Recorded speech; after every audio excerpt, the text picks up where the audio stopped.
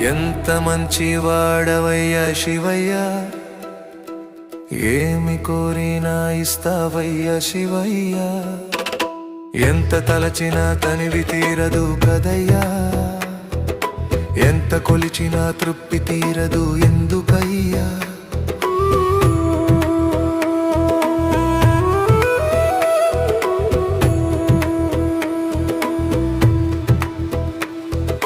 కైలాసగిరిలో ఉన్న మహారాజువు, కష్టాల్లో ఉన్న వారిని కనిపెట్టుకుంటావు. హాలాహలం నువ్వు తీసుకుని అమృతాన్ని మాకు పంచావు, బూడిద నువ్వు పూసుకుని భూషణాలు మాకు ఇచ్చావు. ఎంత మంచి